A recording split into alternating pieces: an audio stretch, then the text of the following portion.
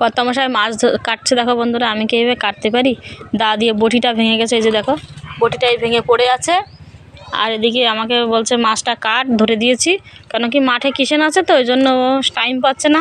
তাই আমি বললাম মাছটা কেটে দাও, কারণ আমার এই আঙুল কেটে গেছে। দেখো বন্ধুরা এখানে কতটা আঙুল কেটে গেছে, আগের দিন মাছ কাটতে গিয়ে অনেকটা আঙুল কেটে গেছে। তারপরে এমনিতে আমার শরীরটা ভালো না, রাতে রাতে মনে হচ্ছে যেন কেমন জ্বর আসছে। এবার এই দা দিয়ে তো আমি এমনি বসতে পারি না, অনেক কষ্ট হয়। তারপরে এই দা দিয়ে মাছ কাটা হয় আমার দ্বারা অসম্ভব। ওই জন্য কর্তামশাই মাছটা কেটে দিচ্ছে। পাঙাশ মাছ, অনেক দিন পরে পাঙাশ মাছ। পাঙাশ মাছটা সেই একদম কী সুন্দর তেল হয়েছে, আর এদিকে লাল টুকটুক করছে, একদম রক্তের, প্রচুর ভালো মাছ হয়েছে। কই মাছটা কাটতে পারছে না বন্ধুরা, এদের জন্য ছাই দিয়েছি, বলছে একটু কেটে দাও, আমাকে বলছে তুই কাট। বলছে না সোনা ভালো, একটু কেটে দাও। কাটার ভয়তে আনে না বাড়িতে কেউ দিলে, মানে আমাদের এখানে খাল পুকুর আছে তো, মানুষ পুকুর ছেঁচলে খাল ছেঁচলে মাছ দিতে চায়, কই মাছ দেয় কিন্তু আনে না, কারণ কই মাছে কাটতে খুব সমস্যা। আমার এই মজার জন্য পাই না। মাছটা তো দেখেছো বন্ধুরা ওই কাটে সব সময়, আমি কাটি না।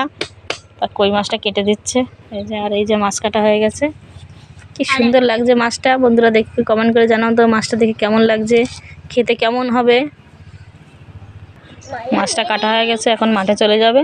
আমাকে বলছে আর পারবো না, এবার তুমি ধুয়ে নাও। ঠিক আছে, এবার আমি ধুয়ে নেবো মাছটা, আর করতে হবে না, যা করে দিয়েছে অনেক। এবার তুমি মাঠে যাও, আমি রান্নাটা করে নিচ্ছি। টাটা বন্ধুরা।